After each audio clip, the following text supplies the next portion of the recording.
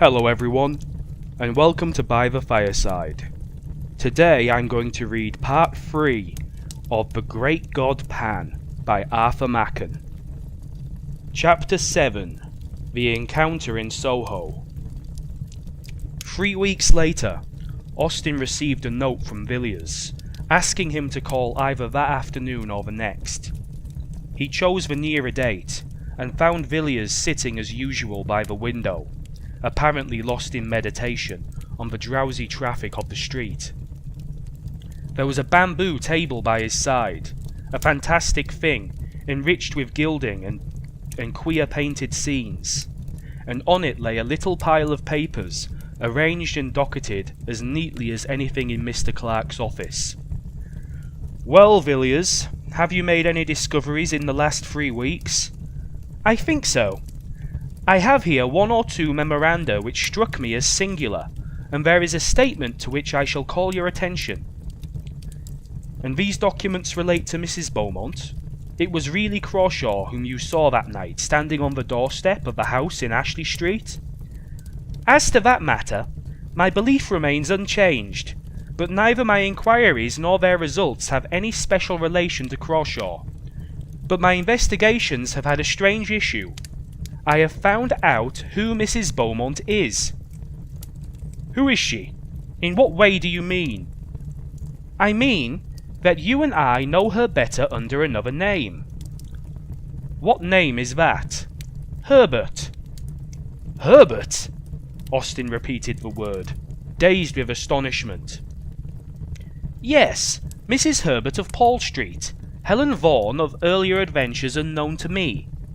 You had reason to recognize the expression on her face. When you go home, look at the face in Mayrick's Book of Horrors, and you will know the sources of your recollection." "And you have proof of this?" "Yes, the best of proof. I have seen Mrs. Beaumont, or shall we say, Mrs. Herbert." "Where did you see her?" "Hardly in a place where you would expect to see a lady who lives in Ashley Street, Piccadilly. I saw her entering a house in one of the meanest and most disreputable streets in Soho. In fact, I had made an appointment, though not with her, and she was precise to both time and place." "All this seems very wonderful, but I cannot call it incredible. You must remember, Villiers, that I have seen this woman, in the ordinary adventure of London society, talking and laughing, and sipping her coffee in a commonplace drawing-room with commonplace people. But you know what you are saying." "I do. I have not allowed myself to be led by surmises or fancies. It was with no thought of finding Helen Vaughan that I searched for Mrs. Beaumont in the dark waters of the life of London. But such has been the issue." "You must have been in strange places, Villiers." "Yes, I have been in many strange places. It would have been useless, you know, to go to Ashley Street and ask Mrs. Beaumont to give me a short sketch of her previous history. No, assuming as I had to assume that her record was not of the cleanest, it would be pretty certain that at some previous time she must have moved in circles not quite so refined as her present ones. If you see mud at the top of the stream, you may be sure that it was once at the bottom. I went to the bottom. I have always been fond of diving into Queer Street for my amusement, and I found that my knowledge of that locality and its inhabitants very useful. It is perhaps needless to say that my friends had never heard the name of Beaumont, as I had never seen the lady, and was quite unable to describe her. I had set to work in an indirect way. The people there know me. I have been able to do some of them a service now and then, so they made no difficulty about giving their information. They were aware I had no communication, direct or indirect, with Scotland Yard. I had to cast out a good many lines, though, before I got what I wanted. And when I landed the fish, I did not for a moment suppose it was my fish. But I listened to what I was told out of a constitutional liking for useless information, and I found myself in possession of a very curious story. though, as I imagined, not the story I was looking for. It was to this effect.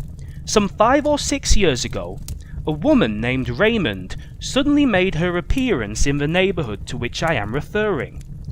She was described to me as being quite young, probably not more than 17 or 18, and very handsome, and looking as if she came from the country. I should be wrong in saying that she found her level in going to this particular quarter, or associating with these people, for from what I was told, I should think the worst den in London far too good for her. The person from whom I got my information, as you may suppose, was no great Puritan, shuddered and grew sick in telling me of the nameless infamies which were laid to her charge. After living there for a year, or perhaps a little more, she disappeared as suddenly as she came, and they saw nothing of her till about the time of the Paul Street case. At first she came to her old haunts only occasionally, then more frequently, and finally took up her abode there as before, and remained for 6 or 8 months. It's of no use my going into details as to the life that woman led. If you want particulars, you can look at Meyrick's legacy. Those designs were not drawn from his imagination. She again disappeared, and the people of the place saw nothing of her till a few months ago. My informant told me that she had taken some rooms in a house which he pointed out, and these rooms she was in the habit of visiting 2 or 3 times a week, and always at 10 in the morning. I was led to expect that one of these visits would be paid on a certain day about a week ago, and I accordingly managed to be on the lookout in company with my cicerone at 9:45, and the hour and the lady came with equal punctuality. My friend and I were standing under an archway, a little way back from the street, but she saw us, and gave me a glance that I shall be long in forgetting. That look was quite enough for me. I knew Miss Raymond to be Mrs. Herbert. As for Mrs. Beaumont, she had quite gone out of my head. She went into the house, and I watched it till 4 o'clock, when she came out, and then I followed her. It was a long chase, and I had to be very careful to keep a long way in the background, and yet not lose sight of the woman. She took me down the Strand, and then to Westminster, and then up St. James's Street, and along Piccadilly. I felt queerish when I saw her turn up Ashley Street. The thought that Mrs. Herbert was Mrs. Beaumont came into my mind, but it seemed too improbable to be true. I waited at the corner, keeping my eye on her all the time, and I took particular care to note the house at which she stopped. It was the house of the gay curtains, the home of flowers, the house out of which Crawshaw came the night he hanged himself in his garden. I was just going away with my discovery when I saw an empty carriage come round and draw up in front of the house, and I came to the conclusion that Mrs. Herbert was going out for a drive, and I was right. There, as it happened, I met a man I know, and we stood talking together a little distance from the carriageway, to which I had my back. We had not been there for 10 minutes when my friend took off his hat, and I glanced round and saw the lady I had been following all day. "Who is that?" I said, and his answer was, "Mrs. Beaumont, lives in Ashley Street." Of course there could be no doubt after that. I don't know whether she saw me, but I don't think she did. I went home at once, and on consideration, I thought that I had a sufficiently good case with which to go to Clark. Why to Clark? Because I am sure that Clark is in possession of facts about this woman, facts of which I know nothing. Well, what then? Mr. Villiers leaned back in his chair and looked reflectively at Austin for a moment before he answered. My idea was that Clark and I should call on Mrs. Beaumont. You would never go into such a house as that, No, no, Villiers, you cannot do it. Besides, consider what result... I will tell you soon. But I was going to say that my information does not end here. It has been completed in an extraordinary manner. Look at this neat little packet of manuscript. It is paganated, you see, and I have indulged in the civil coquetry of a ribbon of red tape. It has almost a legal air, hasn't it? Run your eye over it, Austin. It is an account of the entertainment Mrs. Beaumont provided for her choicer guests. The man who wrote this escaped with his life, but I do not think he will live many years. The doctors tell him he has sustained some severe shock to the nerves. Austin took the manuscript, but never read it. Opening the neat pages at haphazard, his eye was caught by a word and a phrase that followed it, and sick at heart, with white lips and a cold sweat pouring like water from his temples, he flung the paper down. Take it away, Villiers. Never speak of this again. Are you made of stone, man? Why, the dread and horror of death itself, the thoughts of a man who stands in the keen morning air on the black platform, bound, the bell tolling in his ears, and waits for the harsh rattle of the bolt, are as nothing compared to this. I will not read it. I should never sleep again. Very good. I can fancy what you saw. Yes, it is horrible enough, but after all it is an odd story, an old mystery played in our day, and in dim London streets, instead of amidst vineyards and olive gardens. We know what happened to those who chanced to meet the great god Pan, and those who are wise know that all symbols are symbols of something, not of nothing. It was indeed an exquisite symbol beneath which men long ago veiled their knowledge of the most awful, most secret forces which lie at the heart of all things. Forces before which the souls of men must wither and die and blacken, as their bodies blacken under the electric current. Such forces cannot be named, cannot be spoken, cannot be imagined, except under a veil and a symbol to the most of us appearing a quaint, poetic fancy, to some a foolish tale. But you and I, at all events, have known something of the terror that may dwell in the secret place of life, manifested under human flesh, that which is without form, taking to itself a form. Oh, Austin, how can it be? How is it that the very sunlight does not turn to blackness before this thing, the hard earth melt and boil beneath such a burden? Villiers was pacing the room up and down, and the beads of sweat stood out on his forehead. Austin sat silent for a while, but Villiers saw him make a sign upon his breast. I say again, Villiers, you will surely never enter such a house as that. You would never pass out alive. Yes, Austin, I shall go out alive. I and Clark with me. What do you mean? You cannot, you would not dare. Wait a moment. The air was very pleasant and fresh this morning. There was a breeze blowing, even through this dull street, and I thought I would take a walk. Piccadilly stretched before me a clear, bright vista, and the sun flashed on the carriages and on the quivering leaves in the park. It was a joyous morning, and men and women looked at the sky and smiled as they went about their work or their pleasure, and the wind blew as blithely as upon the meadows and the scented gorse.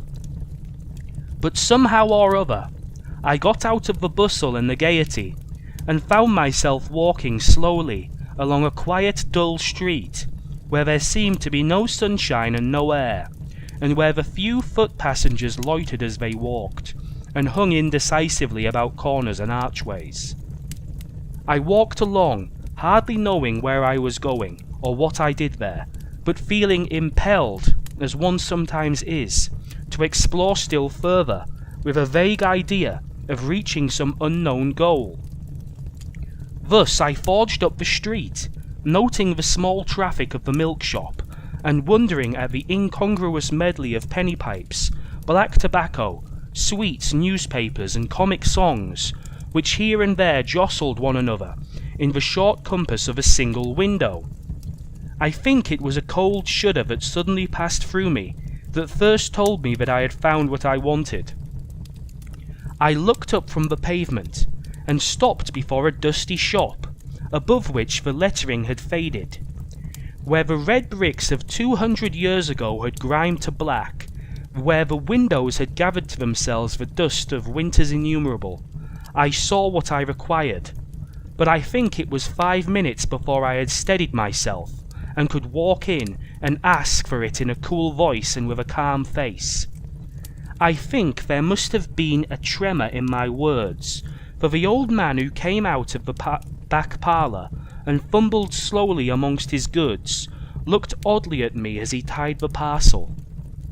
I paid what he asked, and stood leaning by the counter, with a strange reluctance to take up my goods and go.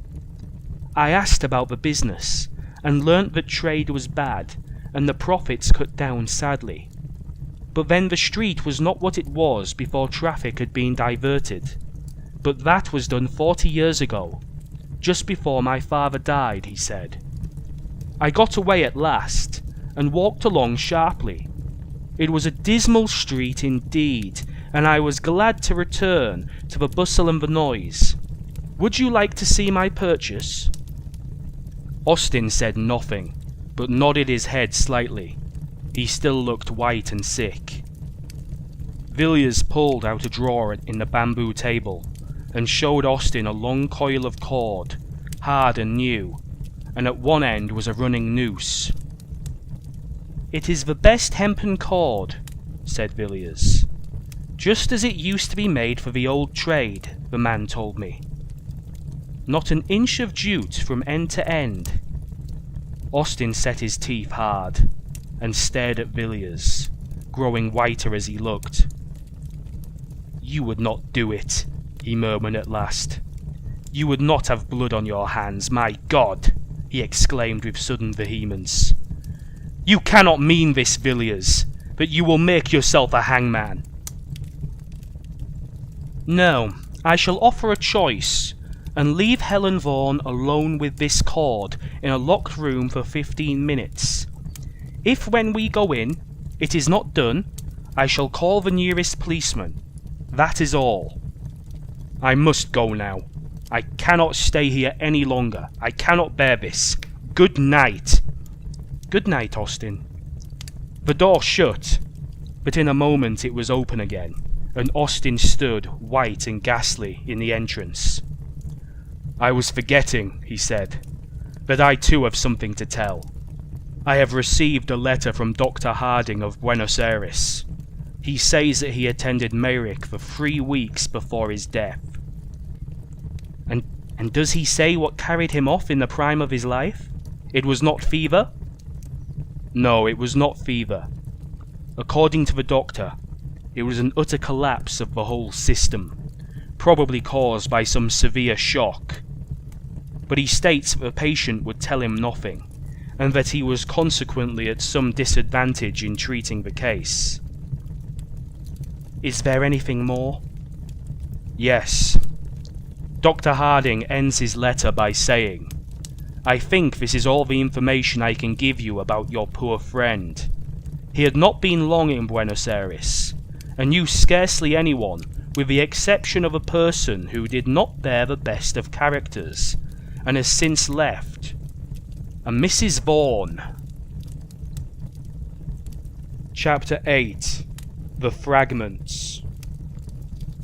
Amongst the papers of the well-known physician, Dr. Robert Matheson of Ashley Street, Piccadilly, who died suddenly of apoplectic seizure at the beginning of 1892, a leaf of manuscript paper was found, covered with pencil jottings.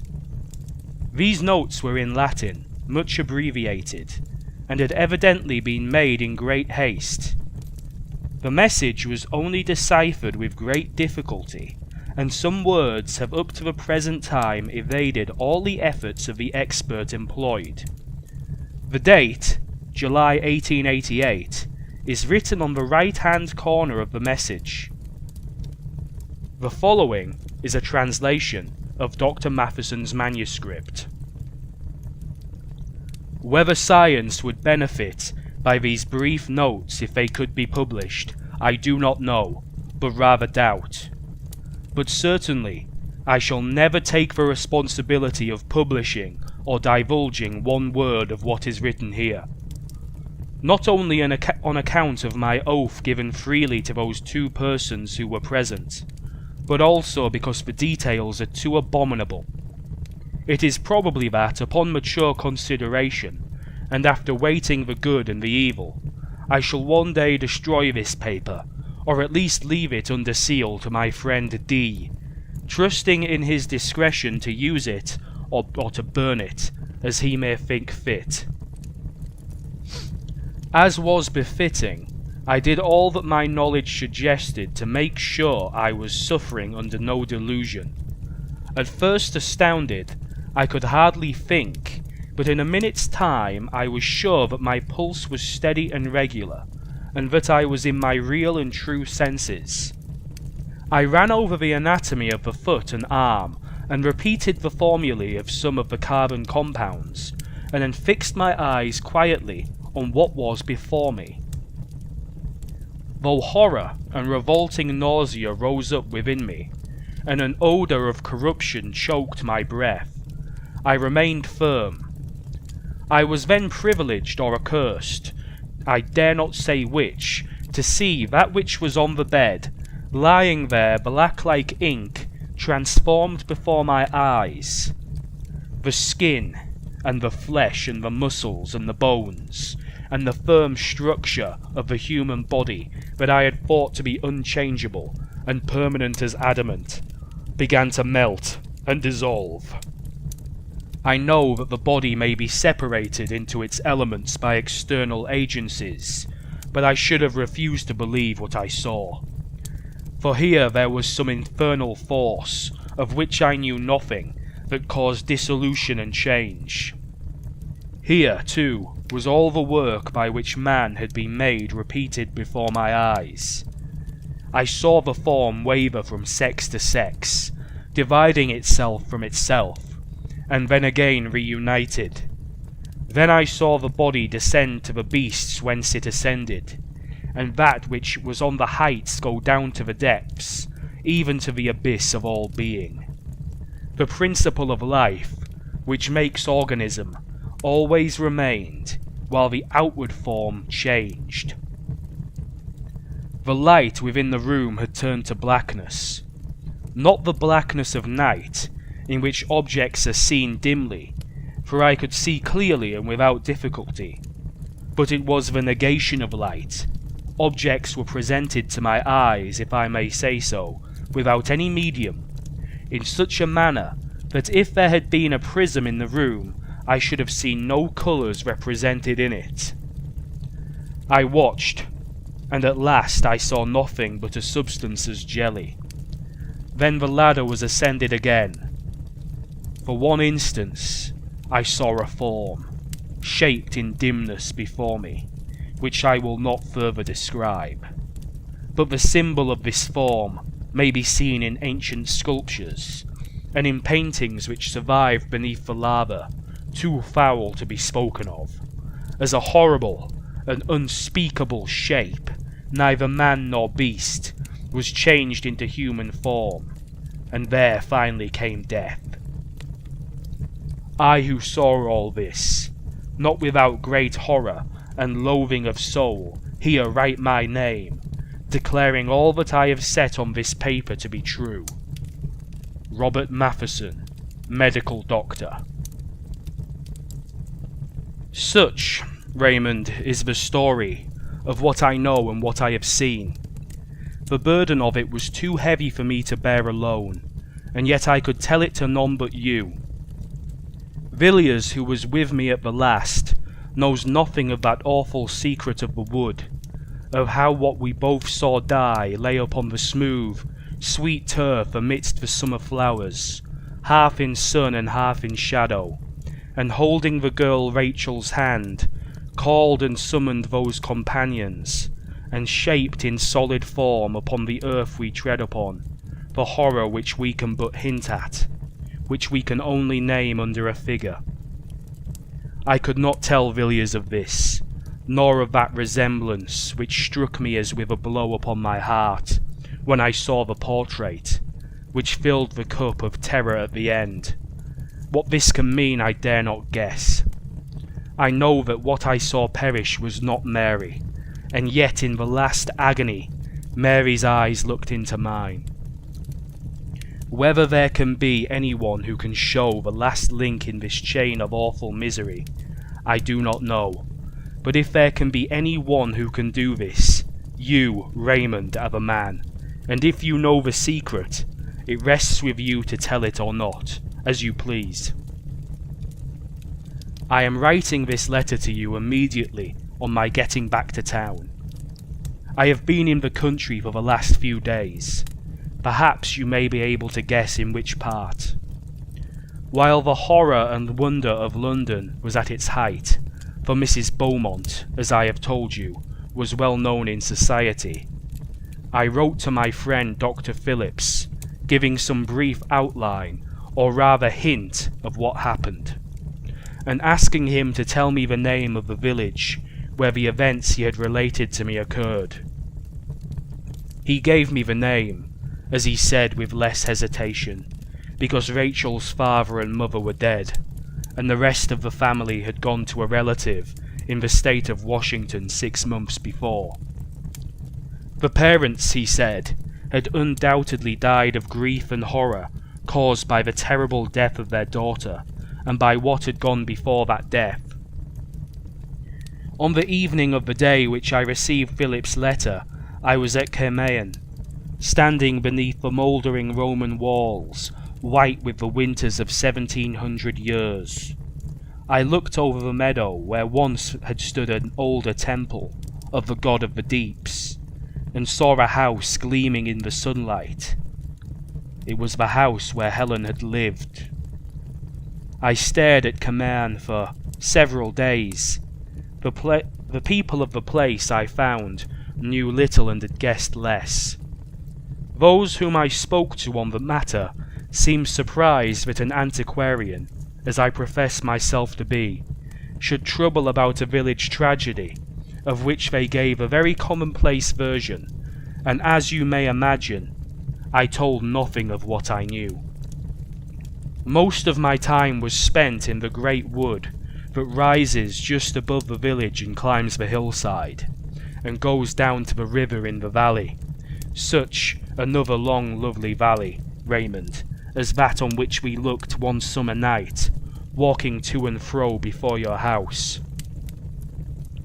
For many an hour I strayed through the maze of the forest, turning now to right and now to left, pacing slowly down long alleys of undergrowth, shadowy and chill, even under the midday sun, and halting beneath the great oaks, lying on the short turf of a clearing, where the faint, sweet scent of wild roses came to me on the wind, and mixed with the heavy perfume of the elder, whose mingled odour is like the odour of the room of the dead, a vapour of incense and corruption. I stood on the edges of the wood, gazing at all the pomp and procession of the foxgloves, towering amidst the bracken and shining red in the broad sunshine, and beyond them, into deep thickets of close undergrowth, where springs boil up from the rock and nourish the water reeds, dank and evil. But in all my wanderings, I avoided one part of the wood. It was not till yesterday that I climbed to the summit of the hill, and stood upon the ancient Roman road that threads the highest ridge of the wood. Here they had walked, Helen and Rachel, along this quiet causeway, upon the pavement of green turf, shut in on either side by high banks of red earth, and tall hedges of shining beech. And here I followed their steps, looking out now and again through partings in the boughs, and seeing on one side the sweep of the wood stretching far to the right and left, and sinking into the broad level, and beyond the yellow sea, and the land over the sea. On the other side was the valley and the river, and hill following hill as wave on wave, and wood and meadow and cornfield and white houses gleaming, and a great wall of mountain, and far blue peaks in the north. And so at last I came to the place. The track went up a gentle slope, and widened out into an open space with a wall of thick undergrowth around it. And then, narrowing again, passed on into the distance and the faint blue mist of summer heat. And into this pleasant summer glade Rachel passed a girl, and left it, who shall say what? I did not stay long there. In a small town near Carmaen there is a museum, containing for the most part Roman remains which have been found in the neighbourhood at various times. On the day after my arrival in Carmaen, I walked over to the town in question, and took the opportunity of inspecting the museum. After I had seen most of the sculptured stones, the coffins, rings, coins and fragments of tessellated pavement which the place contains, I was shown a small square pillar of white stone, which had been recently discovered in the wood of which I have been speaking, and as I found on inquiry, in that open space where the Roman road broadens out. On one side of the pillar was an inscription, of which I took a note. Some of the letters have been defaced, but I do not think there can be any doubt as to those which supply. The inscription is as follows: To the great god Nodens, the god of the great deep or abyss, Flavius Senelis has erected this pillar on account of the marriage which he saw beneath the shade.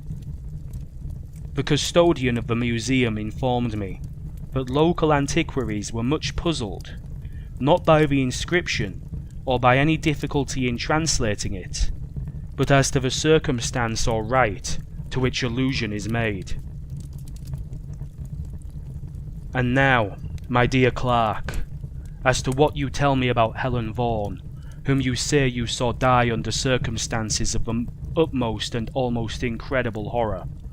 I was interested in your account, but a good deal, nay all of what you told me I knew already. I can understand the strange likeness you remarked in both the portrait and in the actual face. You have seen Helen's mother. You remember that still summer night, so many years ago, when I talked to you of the world beyond the shadows, of the god Pan. You remember Mary. She was the mother of Helen Vaughan, who was born 9 months after that night. Mary never recovered her reason. She lay, as you saw her, all the while upon the bed, and a few days after the child was born, she died. I fancy that just at the last she knew me.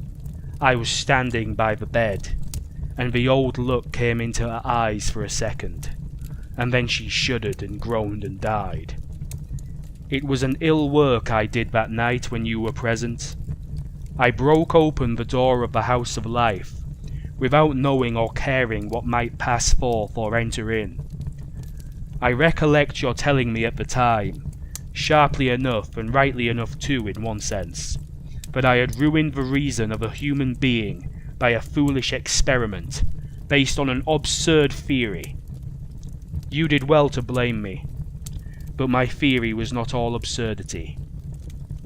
What I said Mary would see she saw, but I forgot that no human eyes can look on such a sight with impunity. And I forgot, as I have just said, that when the House of Life is thus thrown open, there may enter in that for which we have no name, and human flesh may become the veil of a horror one dare not express. I played with energies which I did not understand, and you have seen the ending of it. Helen Vaughan did well to bind the cord about her neck and die, though the death was horrible. The blackened face, the hideous form upon the bed, changing and melting before your eyes from woman to man, from man to beast, and from beast to worse than beast, All the strange horror that you witnessed surprises me but little. What you say the doctor whom you sent for saw and shuddered at, I noticed long ago. I knew what I had done the moment the child was born, and when it was scarcely 5 years old I surprised it. Not once or twice, but several times with a playmate. You may guess of what kind. It was for me a constant, an incarnate horror, and after a few years I felt I could bear it no more, and I sent Helen Vaughan away. You know now what frightened the boy in the wood. The rest of the strange story, and all else that you tell me, as discovered by your friend, I have contrived to learn from time to time, almost to the last chapter. And now Helen is with her companions. The end.